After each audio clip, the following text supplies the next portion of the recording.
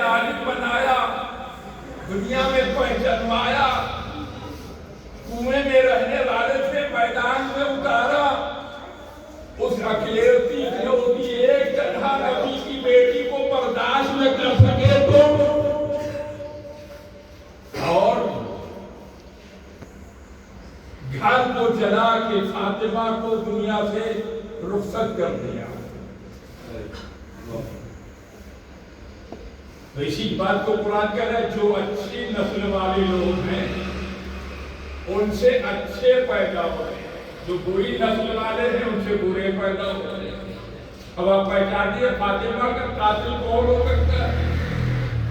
فاطمہ کا قاتل وہ ہو سکتا ہے جس کے خون میں اتنی خرابی ہو کہ شیطان بھی کہہ رہا ہے کہ اس سے برا اور کوئی نہیں ہوگا۔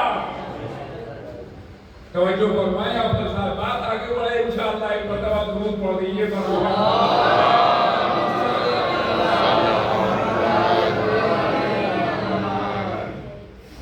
تو یہ ایک ایسا عظیم تھا،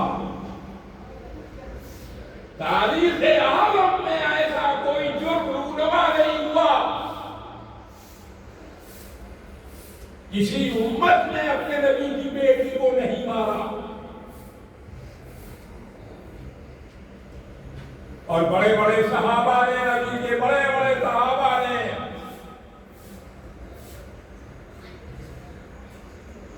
جن کے بڑے چلتے ہیں،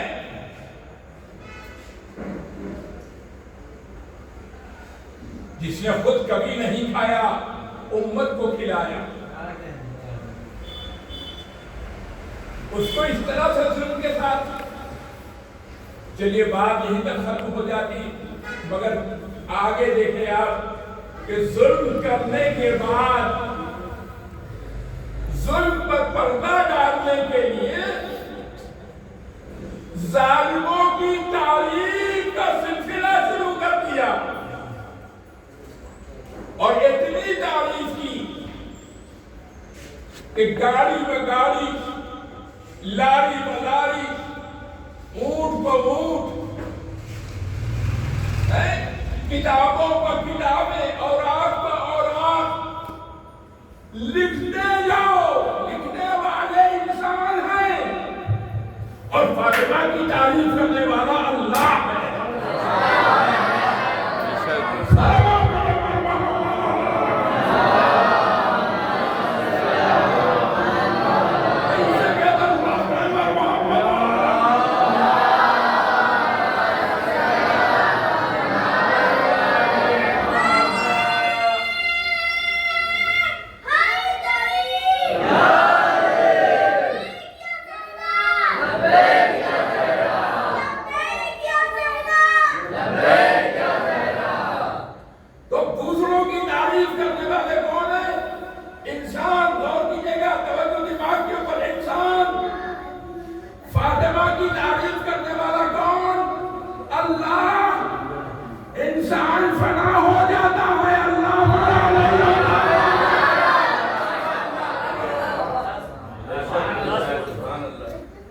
تو جب انسان بنا ہو جائے گا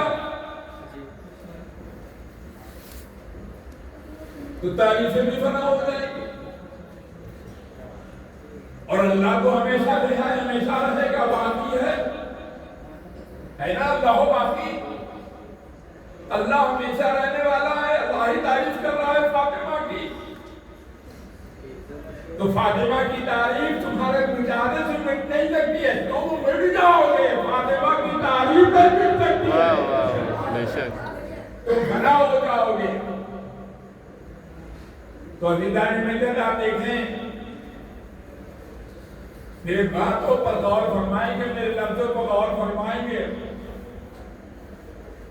ادھر اتنی کتابیں، اتنے ہنگامے،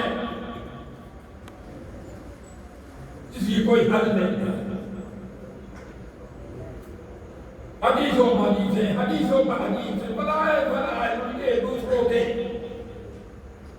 اب آپ غور فرما لیجیے کہ انسانوں نے فضائل کے انبار لگائے،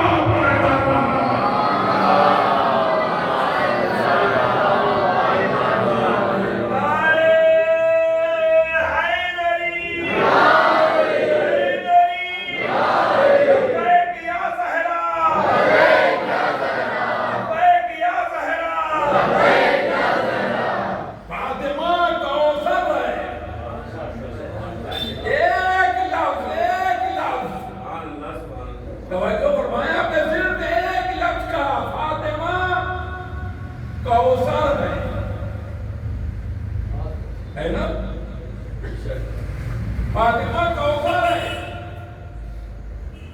بخاری نے کیا کہا؟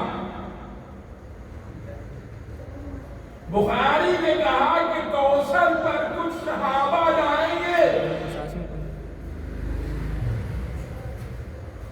تو فرشتے ان کے گلوں میں رسی ڈال کے کھینچتے ہوئے لے کے جائیں گے اور کوثر سے دور کریں گے. بخاری نے یہاں تک تو کہا نام نہیں بتایا, پہچان نہیں بتائی. پہچان میں بتاتا ہوں, فاطمہ کوثر ہے. کوثر سے وہ ہٹائے جائیں گے. کون؟ جو جنازہ فاطمہ سے ہٹائے گئے.